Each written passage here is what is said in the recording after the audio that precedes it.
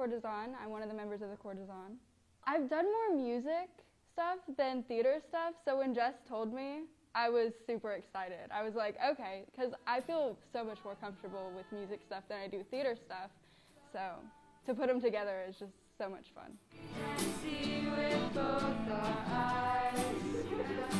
So I'll be playing the guitar for most of the songs, backup vocals. I found out that I was a part of the Courtesan early this year, and I was just really excited knowing that I was going to play music and like have more of a music aspect to it than really acting. Like, I mean, I'm still acting, of course, but like more music, which is really cool and something that I've just picked up recently, so it was like a good challenge for me to do.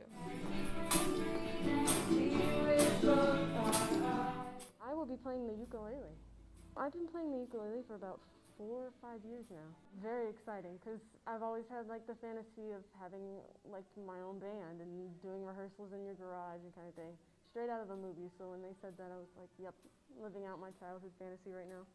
What I would like for the whole audience to do is you will echo their haze in between the beats. Yeah. So as they're saying, hey, hey, hey, hey, hey, hey.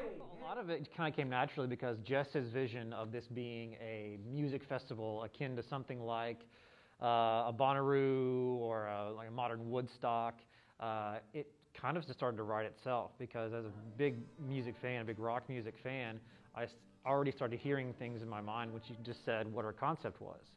And getting to talk to the performers who would be in the show, who would be singing these songs, getting their ideas of certain classic rock bands that they liked. It was like, oh yeah, I know what that sounds like. And coming from a Shakespeare background, it was pretty easy to sit down with the text, and I was familiar enough with this play and kind of the way that Shakespeare writes his words like music anyway. It became pretty easy to say, okay, classic rock sound, Shakespeare poetry, slam them together. So you can move, but I really want you to have fun with it. Like, imagine that you're the headline group of the festival, right? And by the end of the play, we want to be like, I want their album. I want to party with them all the time. When we, announced, like, they've been used to filming all of their showcases, and Young Company, YPF, and all these things have been digital. So when we were like, guess what, y'all? We're going to do this live. I mean, I think one student was like with real people? We're like, yes, real people still exist. Yes, and we'll be able to do it safely. And I think that there's that little bit of like shock, like, oh, we're here, but they're just excited.